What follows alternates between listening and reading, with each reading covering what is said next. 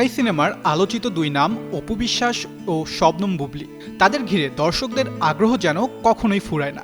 আর এবার নতুন করে আলোচনার জন্ম দিয়েছে বুবলীর দ্বিতীয়বার মা হওয়ার খবর এবং সেই প্রসঙ্গে অপুর নীরবতা।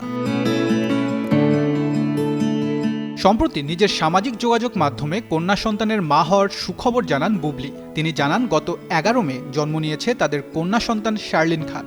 খবরটি প্রকাশ্যে আসতেই শুভেচ্ছা ও ভালোবাসায় ভরে যায় তার সামাজিক যোগাযোগ মাধ্যম।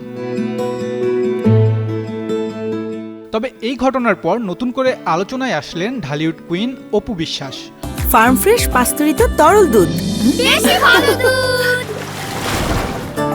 সম্প্রতি একটি ব্র্যান্ড প্রমোশন অনুষ্ঠানে একজন সাংবাদিক অপু বিশ্বাসের কাছে জানতে চান বুবলীর কন্যা সন্তান জন্মের খবর শুনে তার অনুভূতি কি। তিনি কি বুবলীকে শুভেচ্ছা জানাতে চান?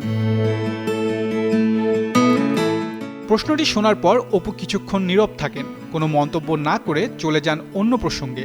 আর সেই ভিডিও সামাজিক মাধ্যমে ছড়িয়ে পড়তেই শুরু হয় নানা আলোচনা আর সমালোচনা। কেউ বলছেন নীরবতাও এক ধরনের উত্তর, আবার কেউ মনে করছেন ব্যক্তিগত বিষয় নিয়ে প্রকাশ্যে মন্তব্য না করাই বেছে নিয়েছেন অপু। 2017 সালে অপু বিশ্বাস নিজেই প্রকাশ্যে আনেন শাকিব খানের সঙ্গে তার বিয়ে এবং তাদের ছেলে আবরাম খান জয়ের কথা।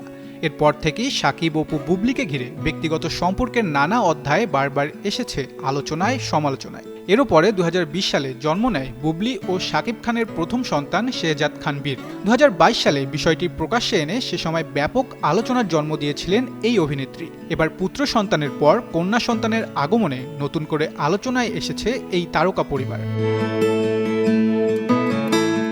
বুবলীর ঘরে নতুন অতিথি শার্লিন খানের আগমন যেমন ভক্তদের আনন্দ দিয়েছে, তেমনি অপুর নীরবতাও তৈরি করেছে নতুন কৌতূহল।